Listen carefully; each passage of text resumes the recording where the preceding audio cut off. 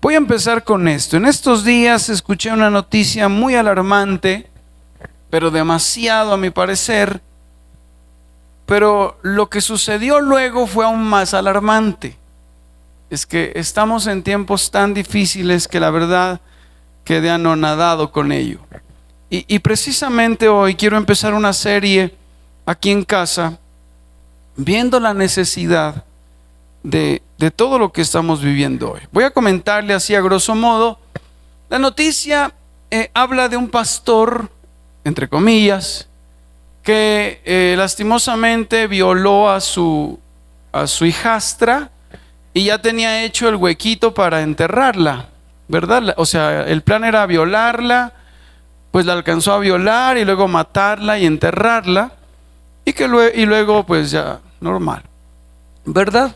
Bueno, eso fue una noticia. La muchacha logró escaparse y él se mira el video ahí detrás de ella corriendo, y bueno, el todo es que la comunidad lo atrapó, lo golpeó y lo tienen pues en la cárcel, me imagino, ¿no? Pero lo que sucedió a continuación me pareció aún más alarmante, porque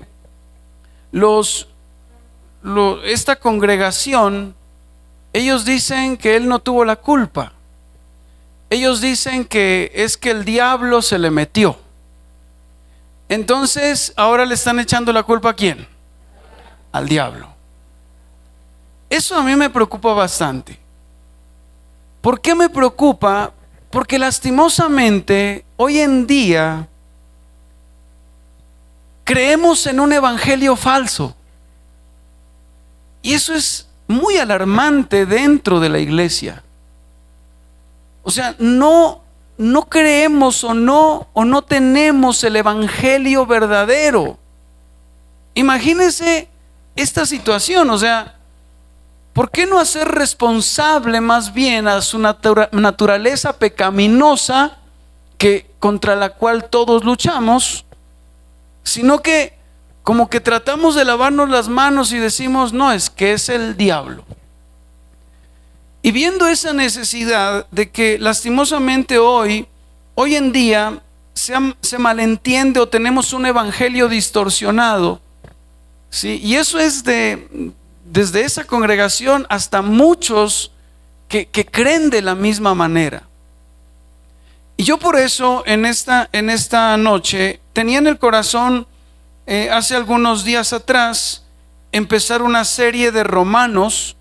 Y he estado predicando de Romanos, si usted se ha dado cuenta durante estos jueves, he estado predicando de Romanos. Pero viendo esto y escuchando esas cosas, la verdad necesitamos conocer el evangelio verdadero. ¿Cuántos creen eso? Necesitamos conocer el evangelio viejo, como yo le digo, y como le vivo recalcando a mi esposa. Necesitamos volver al evangelio viejo, no al evangelio de ahora, que le han metido tantas cosas. Y yo lo invito de todo corazón a usted, ¿sí? A usted que ya lleva años en el evangelio, yo lo invito para que trate de volver al evangelio viejo, a ese evangelio de la iglesia primitiva, no a ese evangelio de ahora que le han metido tanta psicología, que le han metido tantas cosas, que la verdad se ha distorsionado de tal manera que por eso andan tantos cristianos frustrados, tantos cristianos, ¿cómo se dice?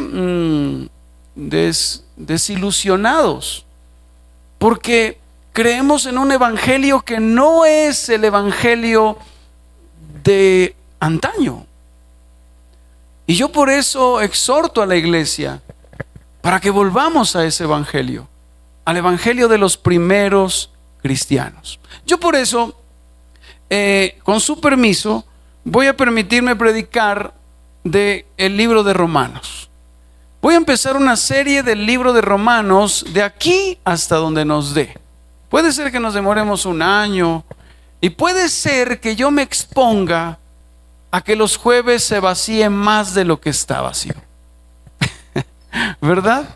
Porque hay veces que no nos gustan otra vez Romanos, Pero es tan importante que nosotros conozcamos el verdadero evangelio que es necesario que estudiemos la palabra de Dios. ¿Cuántos creen eso? Alguien decía, si la Biblia fuera una cadena de montañas, el libro de Romanos sería el Everest. Porque el libro de Romanos se dice que si no tuviéramos la Biblia, todo el libro de Romanos resume el verdadero evangelio. El libro de Romanos ha transformado imperios enteros. El libro de Romanos ha quebrantado corazones endurecidos. Y el libro de Romanos ha encendido, ha avivado corazones que sacudieron la historia. Si usted quiere volver al verdadero evangelio, el verdadero evangelio está en el libro de Romanos. Con el libro de Romanos se convirtió Martín Lutero, por ejemplo. Leyendo el libro de Romanos, él fue convertido al verdadero evangelio. Con el libro de Romanos, Wesley, aquel hombre que evangelizó en Inglaterra millones y millones de personas, se dice que con el libro de Romanos ardió tanto el corazón de Wesley que más o menos ganó a miles y miles de almas para Cristo. El libro de Romanos es tan importante para nosotros como iglesia que no debemos dejarlo a un lado. Se dice que nosotros deberíamos leer toda la carta cada mes. Cada mes deberíamos leer toda la carta de Romanos en una sola sentada. ¿Qué le parece eso? ¿Cuánto nos demoraríamos leer el libro de Romanos en una sola sentada? ¿Cuánto? Son 16 capítulos, ¿verdad? Póngale que nos demoremos 1 hora y cuarto, pero dicen que deberíamos leer el libro de Romanos cada mes en una sola sentada, porque ahí están las raíces del verdadero evangelio. Y hoy no vamos a comenzar simplemente una serie de predicaciones, no. Hoy vamos a entrar al corazón del evangelio. Hoy estuve clamando en la tarde para que el Señor sea obrando en cada uno de nosotros. Y por más endurecido que esté nuestro corazón, sea Él obrando, sea Él ablandando, sea Él quitando toda fortaleza en nuestra mente, sea Él obrando en nuestras tradiciones y en nuestras ceremonias y en tantas cosas que nosotros tenemos. Es de vital importancia que nos adentremos precisamente en este libro. Es una carta que no solamente explica la salvación, sino que también revela al Dios que salva. El plan de salvación. Romanos no es simplemente un libro religioso, sino que Romanos es la explosión de la verdad cristiana y la verdad que vino a predicar nuestro Señor Jesucristo. Por eso es tan importante este libro. Y en los próximos jueves, de aquí no sé hasta dónde, vamos precisamente a explorar este libro.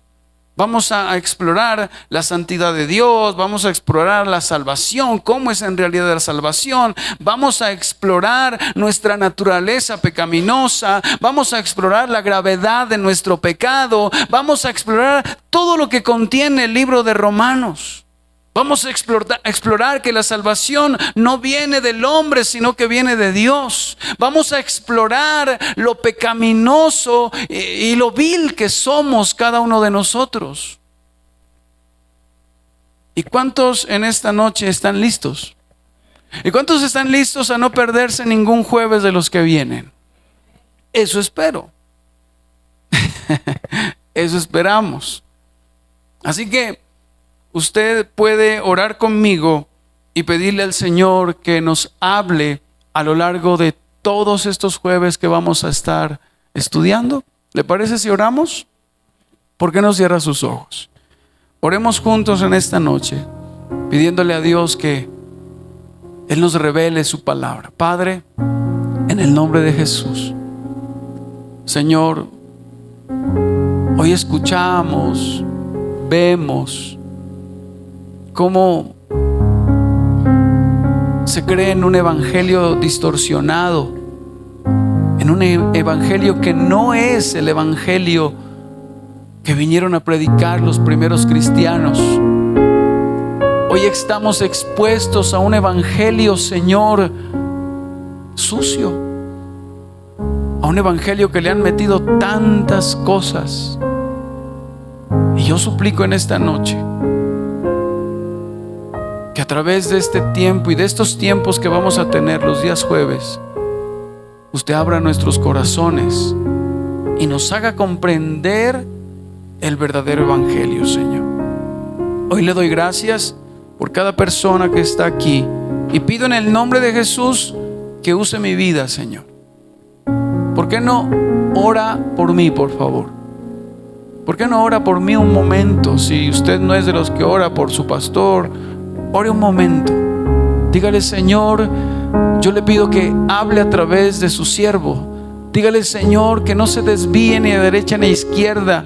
Dígale, Señor, que no sean sus ideas, que no sea lo que Él piensa, sino que sea su palabra. Dígale, Señor, Él sea su mensajero para que nosotros escuchemos. Señor, yo le pido que use mi vida como un instrumento suyo. Padre, yo quiero ser su mensajero. Padre, no quiero predicar de mis ideas, Señor, ni de lo que pienso, sino ayúdeme a predicar su palabra, esa palabra fiel, esa palabra viva, Señor. Y oro para que abra nuestra mente y nuestro entendimiento en esta noche, en el nombre de Jesús. Amén y amén. Gloria a Dios. Bueno, vámonos a la palabra del Señor. Romanos capítulo 1, del 1 al 7. Dice la palabra así. Yo se la voy a leer en Nueva Traducción Viviente para que podamos comprenderla un poco más. Dice así: yo, Pablo, esclavo de Cristo Jesús y elegido por Dios para ser apóstol y enviado a predicar su buena noticia. ¿Predicar qué? Dice: escribo esta carta. Dios prometió esa buena noticia hace tiempo por medio de sus profetas en las Sagradas Escrituras. ¿La qué? La buena noticia, mire lo que dice, trata de su Hijo. En su vida terrenal, Él fue descendiente del rey David y quedó demostrado que era el Hijo de Dios cuando fue resucitado de los muertos mediante el poder del Espíritu Santo. Él es Jesucristo nuestro Señor. Por medio de Cristo, Dios nos ha dado a nosotros como apóstoles el privilegio y la autoridad de anunciar por todas partes a los gentiles lo que Dios ha hecho por ellos, a fin de que crean en Él y lo obedezcan, lo cual dará gloria a su nombre. Ustedes están incluidos entre los gentiles que fueron llamados a pertenecer a Jesucristo. Les escribo a todos ustedes, los amados de Dios que están en Roma y son llamados a ser su pueblo santo. Que Dios nuestro Padre y el Señor Jesucristo les den gracia y paz. Hasta ahí nomás, versículo 7. Mire esto. Hay en varios lugares, en varios versículos donde se habla de algo importante. Y el título de este sermón es Buenas Noticias. ¿Qué cosa? Mire, usted debe entender que el Evangelio no es una noticia buena entre muchas otras buenas. No. El Evangelio es la única buena noticia que puede transformar radicalmente la vida del ser humano. ¿Es la qué? La única. El Evangelio no es una buena noticia entre muchas otras. Y mire esto, usted sabía, ¿Usted sabía que su cerebro recuerda con más fuerza las malas noticias que las buenas? Más tendemos a recordar todas las malas noticias o tendemos a recordar lo malo con detalles. Pero lo bueno no lo recordamos con muchos detalles. A eso los psicólogos lo llaman el sesgo de negatividad. ¿Cómo se llama? Por eso usted mira que en los noticieros, ¿qué más se mira ahí? Puras malas noticias. ¿Usted ha visto un noticiero que den puras buenas noticias? No, no hay, ¿verdad? En los noticieros venden más tragedias que esperanza, y entonces nos programan para que vivamos con ansiedad, para que vivamos con preocupación, y asimismo las redes, y bueno, y tantas otras cosas. Y entonces nos hablan de las guerras, nos hablan de la corrupción política, nos hablan de las enfermedades, nos hablan de divorcios, de suicidios, y ya el mal comienza a normalizarse. Y ese es un problema. Y sabe que en la vida cristiana hay ciertas cosas que comenzamos a normalizar, pero que en la Biblia no es tan normal. Muchas cosas. Y entonces somos expuestos a lo malo todos los días, de tal forma que ya no nos, ¿qué se dice? Ya no nos sorprende. Ya no nos sorprende lo malo. Algunos ya dicen, no, pues así es la vida, y es que estamos en los últimos tiempos, dice. Y eso espere lo que viene, dice, ¿no? Y si somos más espirituales, pues metemos la Biblia y todo. Pero mire, en medio de tantas malas noticias, y no solo las noticias a nivel general, sino noticias en casa, puras malas noticias, que se le perdió plata, que el hijo esto, que la hija esto, que no sé qué. Pero mire que si yo le dijera que hay una noticia que nunca ha cambiado y que es la misma de siempre, que hay una noticia que no viene de la tierra, sino que viene del cielo, que hay una noticia que no solamente nos informa, sino que también nos transforma. Pablo la llama el Evangelio de Dios. ¿Cómo la llama? Y mire que el Evangelio no es una religión, no es una tradición, no es un mensaje positivo para subirte el ánimo. Tenemos que quitarnos esa idea. El Evangelio no quiere alimentar tu ego. El Evangelio no quiere darte ánimo. Esto es importante entenderlo. No, yo salí peor de esa iglesia, dice.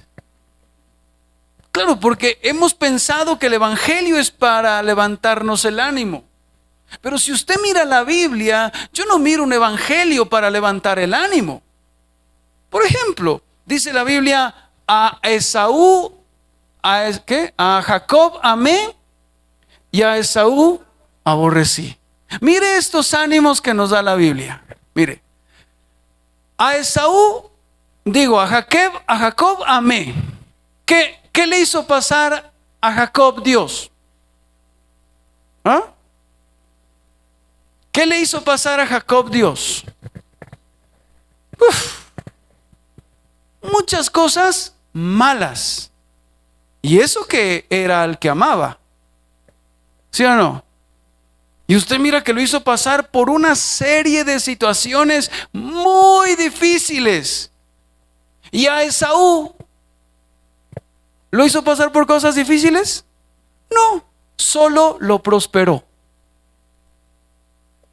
Mire ese paralelo. A Jacob amé, y como lo amé, pues lo pulí. Y a Esaú lo aborrecí, y como lo aborrecí, lo prosperé. ¿Qué le parece ese evangelio? A ver, ese es el evangelio de la Biblia, aunque algunos ahorita me están mirando mal, pero ese es el evangelio que predica la Biblia. Solo que nos han dicho que no, que Dios nos quiere prosperar y usan versículos sacados de su contexto. Pastor, pero la Biblia dice en 3 de Juan, y usan siempre ese pasaje: amado, yo deseo que tú seas prosperado. Y siempre usan ese pasaje. Pero usted debe mirar de quién era ese deseo. ¿De quién era ese deseo? ¿Usted sabe de quién era ese deseo? ¿De quién? A ver.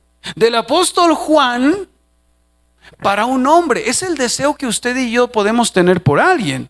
Yo le digo al hermano Nixon: amado, yo deseo que tú seas prosperado en todas las cosas, porque ese es mi deseo, porque somos amigos, porque somos parceros. Usted no puede, o será que usted dice: amado, yo deseo que fracases en todas las cosas. No, el pasaje de amado, yo deseo que prosperes en todas las cosas, es el deseo de Juan.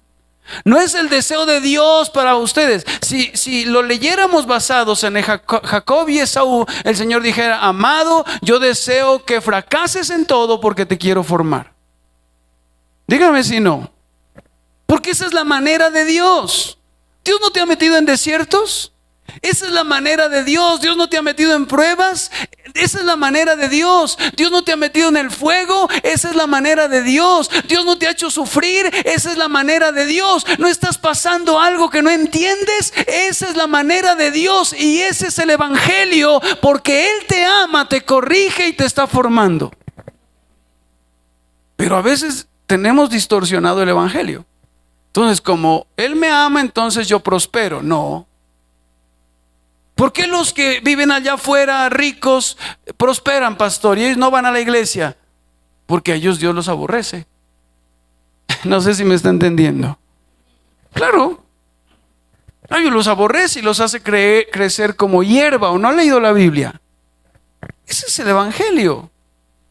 Mientras que en la iglesia estamos los Jacob, el pueblo de Dios. Y al pueblo de Dios, Dios lo forma. Y al pueblo de Dios, Dios lo hace sufrir. Yo le dije que mejor se vaya hoy. En serio, porque yo le dije a mi esposa: yo me voy a meter en algo, pero yo delante de Dios, yo le dije al Señor: Señor, yo no me voy a callar. Y si esto me hace meter en problemas, bendito sea el Señor. Pero tengo que predicarle la palabra. Y esa es la palabra que está escrita en la Biblia. ¿O no miró a los discípulos? ¿O no ha mirado a los grandes hombres de Dios en la Biblia? ¿No los hizo padecer? Pero luego, pastor. Sí, luego. ¿O no ha mirado?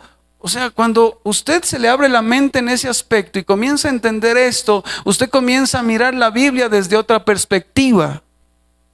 Usted comienza a entender entonces el por qué Dios hizo pasar tantas cosas a grandes hombres. Y esa es la buena noticia, que no ha cambiado. Y bendito sea el Señor, que usted y yo fuimos escogidos por Dios. Porque en estos pasajes, dice en la Biblia, dice ahí el versículo 6, ustedes están incluidos entre los gentiles que fueron llamados a pertenecer a Jesucristo. ¿Cuántos quieren pertenecer a Jesucristo? No, pero piénselo mejor. Porque el hecho de pertenecer a Jesucristo es decirle: Señor, sí, yo quiero ser tu Jacob. O mejor usted dice: no, yo mejor quiero ser un Esaú. Claro, aquí dice la Biblia que fuimos escogidos, fuimos incluidos. Y luego dice: les escribo a todos ustedes, los amados de Dios que están en Roma. Si fuera nosotros, diría: les escribo a todos ustedes, los amados de Dios que están en las brisas. ¿Y usted qué tendría que decir? Qué duro decir amén. Yo le digo algo: si hasta aquí usted ha estado siendo tratado como a un perro, siéntase privilegiado, porque Dios lo está formando. No, mira que yo sé que estos mensajes no. Yo pensé que iban a brincar y como nos gusta. ¿O no se acuerda cuando la mujer cananea iba detrás del Señor? Señor, sana a mi hija. No, yo no puedo tirarle comida a los perros. Uy, no. Qué dura palabra, Señor. Sí, te estoy probando tu fe. Estoy viendo si rechazándote un momento sigues adelante. ¿Cuántas puertas Dios te ha cerrado, iglesia? Y no ha sido el diablo. Pero hoy en día todo el pobre diablo. Yo quiero que usted se meta en la cabeza esto. Lo que dijo Martín Lutero hace muchos años es una verdad que se ha ido perdiendo. O sea, lo que se dijo y lo que se tenía esa convicción se ha ido perdiendo. Usted debe entender que el diablo es el diablo de Dios. Y el diablo no hace nada sin que Dios se lo permita. ¿O no se acuerda lo que dijo Job? ¿Cuánto le quitaron a Job? Todo. ¿Y quién le dio permiso al diablo? Dios. ¿Y qué dijo Job? Jehová dio y el diablo quitó. ¿Así dijo? No. Jehová dio y Jehová quitó. Sea su nombre bendito. Ese es el evangelio que me habla la Biblia. Y esa es la buena noticia. ¿Qué le parece esa buena noticia? A ver, pregúntele al hermano, ¿qué le parece esa buena noticia? ¿Qué le parece esa buena noticia? ¿Sabe que a mí personalmente esa buena noticia me ha liberado? Porque ya no me impresionan más pruebas. No sé si me está entendiendo.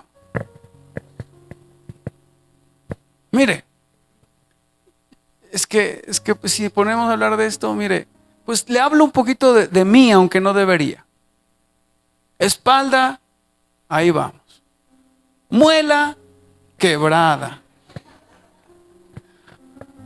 Quedé cojo.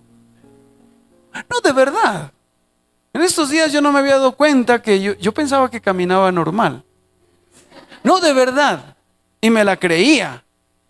Pero en estos días estaba en el CCH y cuando usted va al baño al CCH hay una puerta de vidrio.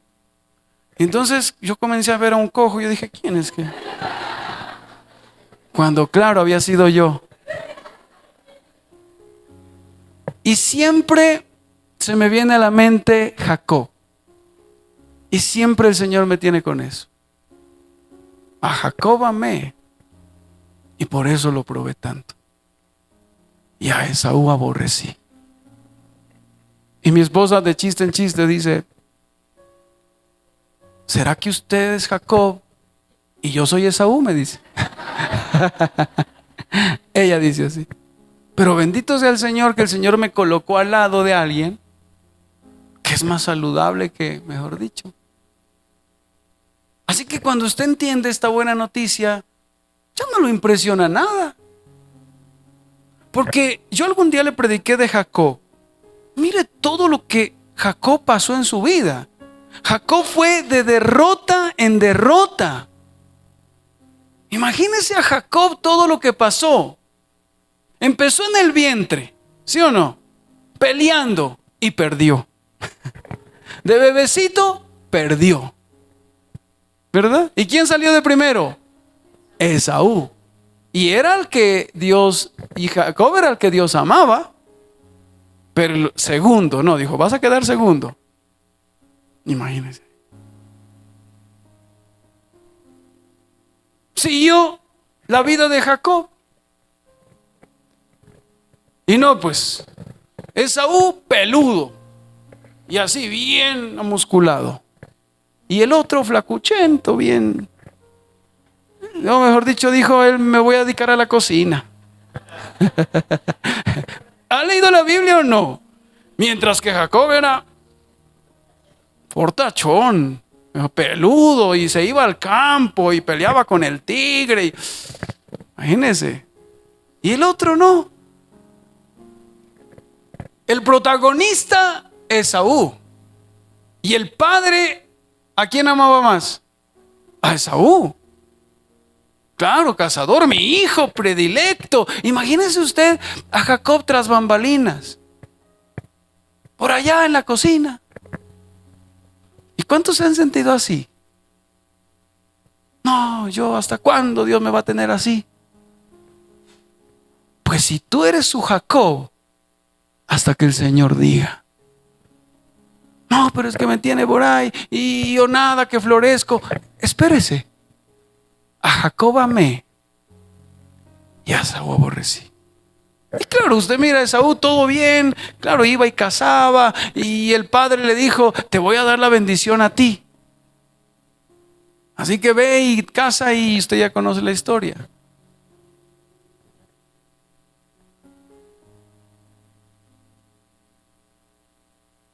Lindo, pues, ¿quién sería, no? ¿Quién sería más lindo de los dos? No lo sé. Pero luego, ¿qué pasó con Jacob? Bueno, hizo lo que hizo con la mamá. Luego tuvo que irse de su casa y dejarlo todo. ¿Y Esaú con quién se quedó? Con sus padres, con sus tierras. Y se va Jacob a trabajar a la casa de su tío llamado Labán. Él trabaja para Labán durante ¿cuántos años? 7 años. ¿Por quién? Por Raquel, una mujer linda. Y le dijo, voy a trabajar gratis 7 años para ti, pero me das a tu hija. Listo, le dice. Trabaja 7 años y en la noche de boda, yo no sé si lo emborracharon o qué pasó, pero le metieron gato por liebre. ¿Le metieron a quién? Le metieron a Lea, que la Biblia dice que solamente tenía ojos bonitos. Eso dice la Biblia. Pues así dice. Así que le dice el papá, Labán le dice, no, es que la costumbre en nuestra tierra es que primero tienes que llevarte a la hija mayor. ¿Verdad? Y luego a la menor. Y tiene que trabajar otros. ¿Cuántos años sumaron? 14. ¿Cuántos usted está siendo probado por Dios? Y eso que era el amado de Dios. Pero nada le salía. No, y es que si seguimos hablando de Jacob, mejor oremos. Es que de verdad, seguir hablando de Jacob, listo, otros 14 años y ya, ahora tiene 2 esposas. Bendito Dios, no 2 suegras, 2 esposas. Bueno, ¿qué pasa? Se escapan y dicen, no, vámonos porque tenemos nuestra familia, y se van. Y una de ellas, la amada, ¿quién era? Raquel, se llevó unos ídolos escondidos y se van. Labán se da cuenta que se van y que se robaron sus ídolos, así que se va con el ejército a alcanzarlos. No, es que eso es como de película. Qué chévere una película de Jacob, ¿verdad? Llega Labán allá de Jacob y le dice, ¿por qué no me avisaste para haberme despedido de mis nietos? Pero bueno, ¿eso qué? Te robaste mis ídolos.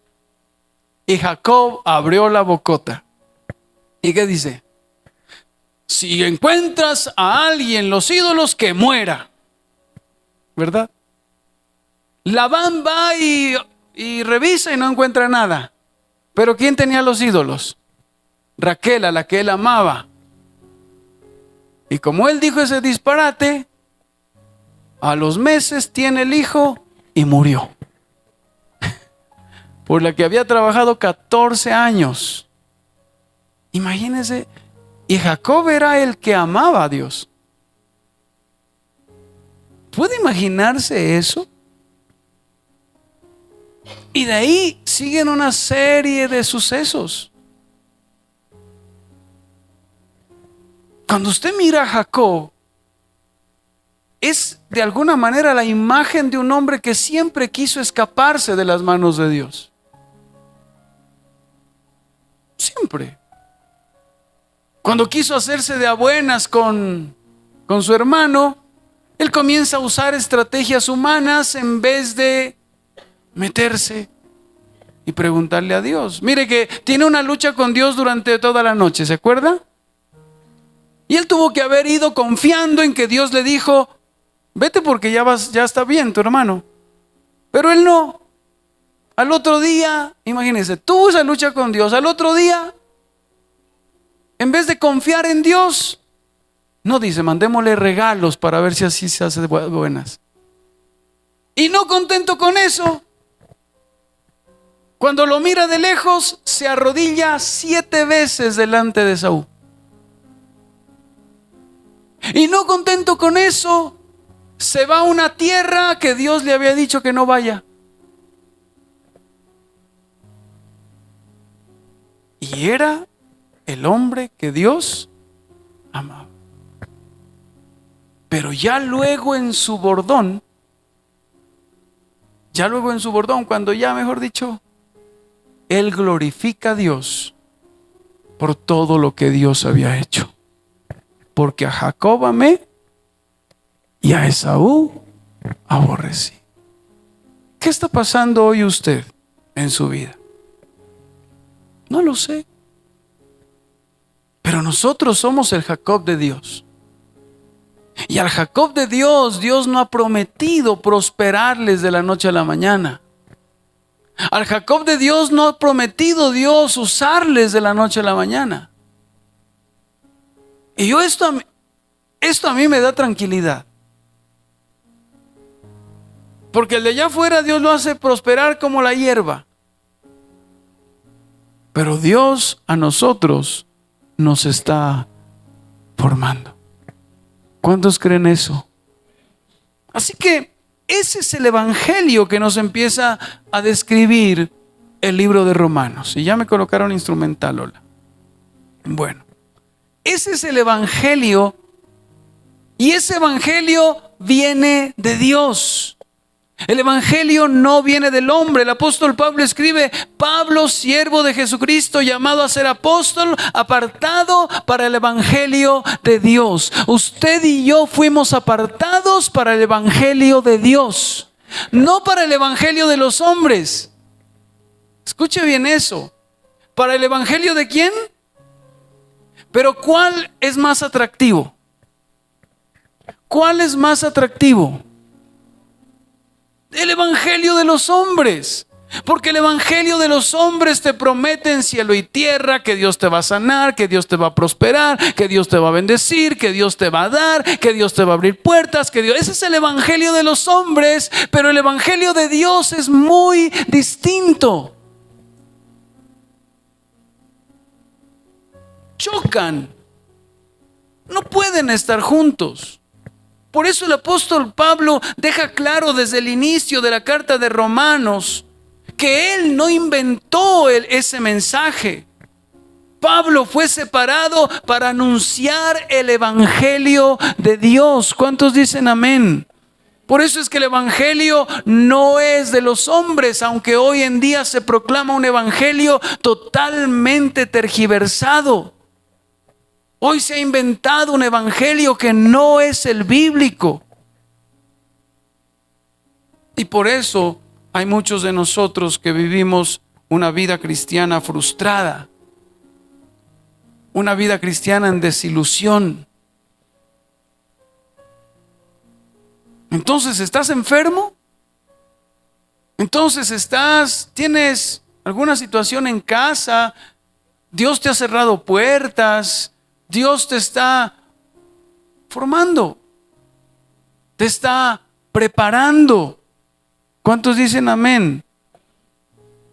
Y hay que entender algo: la iniciativa de la salvación no es nuestra, es de Dios hacia nosotros. Por eso el apóstol Pablo dice: el evangelio que fue anunciado por mí no es según hombre. Y me toca terminar aquí. Gálatas 1 del 11 al 12. Mire lo que dice. El evangelio que fue anunciado por mí. Bueno, a ver. Bueno, amados hermanos, quiero que entiendan que el mensaje del evangelio que predico no se basa en un simple razonamiento. Eso hay que entender. El evangelio no es un razonamiento humano. Mire, lo que estamos hablando hoy, eso golpea nuestro razonamiento humano. Dígame si no. Eso le golpea su razonamiento porque dice, no, entonces ¿para qué seguirlo al Señor? Es que usted no lo está siguiendo, es que el Señor lo escogió a usted. Por eso Jacob siempre quiso salirse y el Señor nunca lo dejó. Y el apóstol Pablo lo dijo. No se basa en un simple razonamiento humano. ¿Sabe por qué usted está hoy aquí? A pesar de todo lo que ha pasado. Porque a pesar de todo lo que Dios le ha hecho pasar, usted era para no estar aquí. Humanamente hablando, ustedes ya estuvieran en el mundo. Dígame si no. Pero ha sido la gracia y la misericordia de Dios que lo ha sostenido, porque Él lo ha escogido y usted es un amado del Señor. Humanamente no estuviéramos aquí hoy, ninguno. Si usted ha pensado así, no, es que gracias a Dios yo me he sostenido. No. Porque la Biblia dice que Él es quien hiere y Él es el que sana. Él es quien hace nuestros pies como de siervos para permanecer firmes. Si fuera por nosotros, estuviéramos de nuevo en el mundo. Si fuera por nosotros, estuviéramos de nuevo en otro lugar. Pero no es por nosotros, es por la gracia de Dios. Entonces, el verdadero evangelio golpea nuestro razonamiento. Claro, es fácil creer en ese evangelio que dice: ven a Dios y Dios te sanará, y Dios restaurará tu relación, y Dios te bendecirá, y Dios es. Uno dice: wow, qué lindo evangelio. Yo quiero ese evangelio, ¿sí o no? Pero ¿se imagina el evangelio de la antigua iglesia?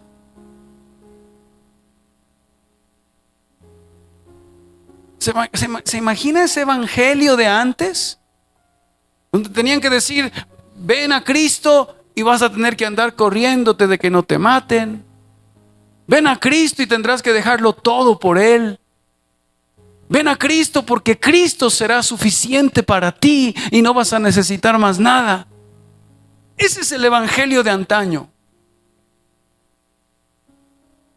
Y el apóstol Pablo lo dice muy enfáticamente: amados míos, quiero que entiendan que el mensaje del evangelio que predico no se basa en un razonamiento humano. No es, sino que el 12 que dice: no recibí mi mensaje de ninguna fuente humana, ni nadie me lo enseñó. En cambio, lo recibí por revelación directa de Jesucristo.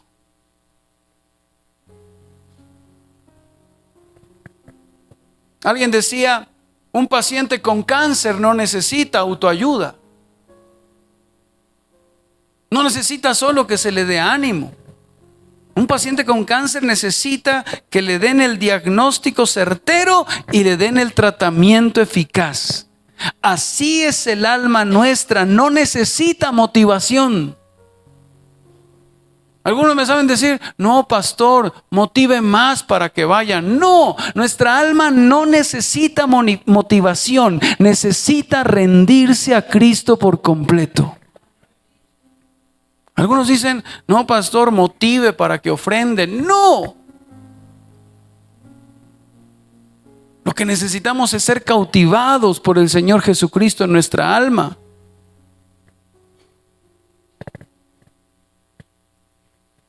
¿Cuántos están de acuerdo? Espero que sí.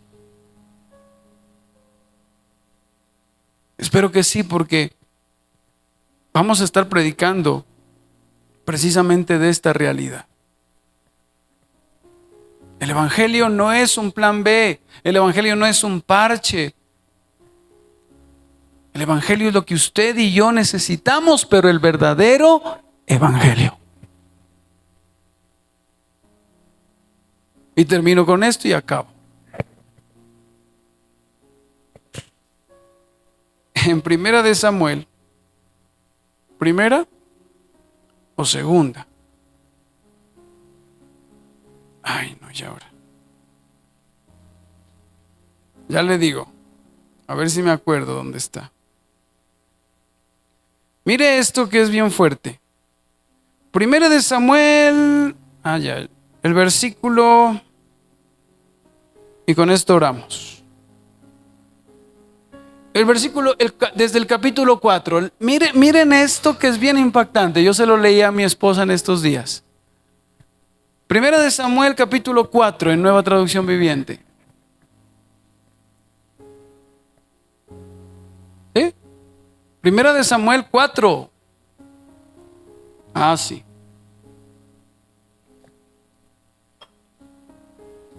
Bueno, si mañana me crucifican,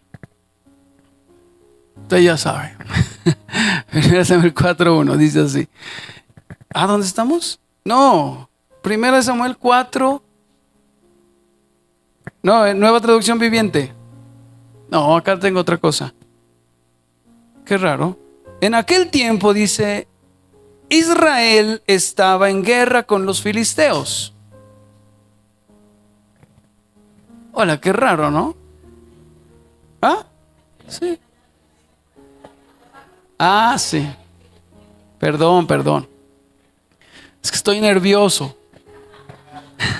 Ya listo, dice, en aquel tiempo Israel estaba en guerra con los filisteos. Escuche bien la historia, para que no piense que yo me estoy inventando. El ejército israelita acampaba cerca de Ebenezer y los filisteos estaban en Afec. ¿Quién estaba en guerra? ¿Israel con quién? Con los filisteos. ¿Quién es Israel? Acuérdese, Jacob, el pueblo amado de Dios, ¿verdad? Sigamos. Los filisteos atacaron al ejército de Israel y lo derrotaron matando a 4,000 hombres. ¿Perdieron la primera batalla? ¿Quién ganó? Los filisteos. Ellos eran los Esaú, ¿verdad? Y el pueblo de Israel era Jacob. ¿Y perdieron o no? Perdieron. Siga. Terminada la batalla, las tropas se retiraron a su campamento y los ancianos de Israel se preguntaron, ¿por qué permitió el Señor que los filisteos nos derrotaran? Después dijeron, traigamos de Silo el arca del pacto del Señor. Si la llevamos con nosotros a la batalla, nos salvará de nuestros enemigos. ¿Sí se dan cuenta de lo que dijeron? Vamos a traer el arca y ¿qué pasa? Y si la traemos, nos salvará el Señor. Y sigamos el 4. Así que enviaron hombres a Silo para que trajeran el arca del pacto del Señor de los ejércitos celestiales, quien está entronizado entre los querubines. Los hijos de Eli, Ofni y Finés también estaban allí con el arca del pacto de Dios. Siga. Cuando los israelitas vieron que el arca del pacto del Señor llegaba al campamento, su grito de alegría fue tan fuerte que hizo temblar la tierra. ¿Por qué dieron grito de alegría? Porque llegó el arca del Señor. Siga. ¿Qué estará pasando?, se preguntaron los filisteos. ¿Qué es todo ese griterío en el campamento de los hebreos? Cuando les dijeron que era porque el arca del Señor había llegado al campamento. ¿Quién había llegado? Siga. Había llegado al campamento. Entraron en pánico. Los dioses han llegado a su campamento, exclamaron. Esto es un desastre. Nunca antes nos hemos enfrentado a algo así, dijeron los filisteos. Siga. Socorro, ¿quién podrá librarnos de los dioses poderosos de Israel? Son los mismos dioses que destruyeron a los egipcios con plagas cuando Israel estaba en el desierto. Ellos sabían todo eso. Filisteos, dijo alguien, peleen como nunca antes. Si no lo hacen, seremos esclavos de los hebreos, así como ellos han sido esclavos nuestros. Peleen como hombres. ¿Cómo deben pelear? Mire, siga. Así que los filisteos pelearon con desesperación y de nuevo derrotaron a Israel. La matanza fue grande. Ese día murieron 30,000 soldados israelitas. Los sobrevivientes dieron la vuelta y huyeron cada uno a su carpa. Solo les digo, ese es el evangelio. ¿Alguien le está entendiendo? Ese es el evangelio. No, si estamos con Dios no nos va a pasar nada malo. Mentira. Este es el evangelio de la Biblia. No es que si usted ora nada malo le va a pasar a sus hijos. Es que si usted ayuna nada malo le va a pasar a su familia. ¿Segura? Dios es Dios soberano y Él hace lo que Él quiere con quien quiere. Señor, quítame este aguijón. No, ese es el Evangelio. El Evangelio no está para satisfacer los deseos del hombre. Tenemos que olvidarnos de eso. Y yo he escuchado a mucha gente que dice: no, pastor, verá que esos exámenes van a salir perfectos porque Dios está conmigo. Dios también está conmigo. Y se me quebró una muela y quedé cojo. Ese es el verdadero evangelio de la Biblia.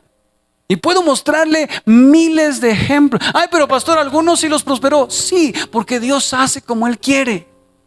Pero debemos entender cuál es el verdadero evangelio. Y si tú eres nuevo aquí en la iglesia, pues que Dios abra tu corazón para entender que no hay mejor vida que vivirla agarrado de la mano de Dios. No te va a librar de todo, pero sí te va a dar las fuerzas para seguir adelante en medio de sus procesos. Ese es el evangelio. Y yo le aseguro que cuando empezamos a entender de esa manera el evangelio, hay más descanso para nuestra alma.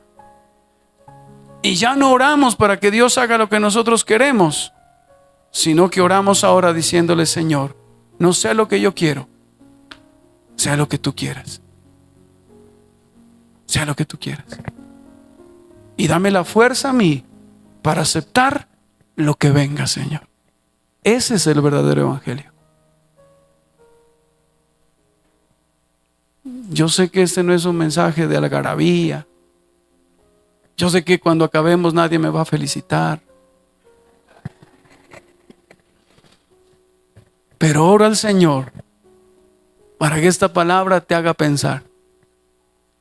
Oro al Señor para que llegues a tu casa hablando precisamente de esta palabra y que el Señor cambie nuestra manera de pensar con respecto al evangelio. ¿Cuántos dicen amén? ¿Por qué no se coloca sobre sus pies y vamos a orar?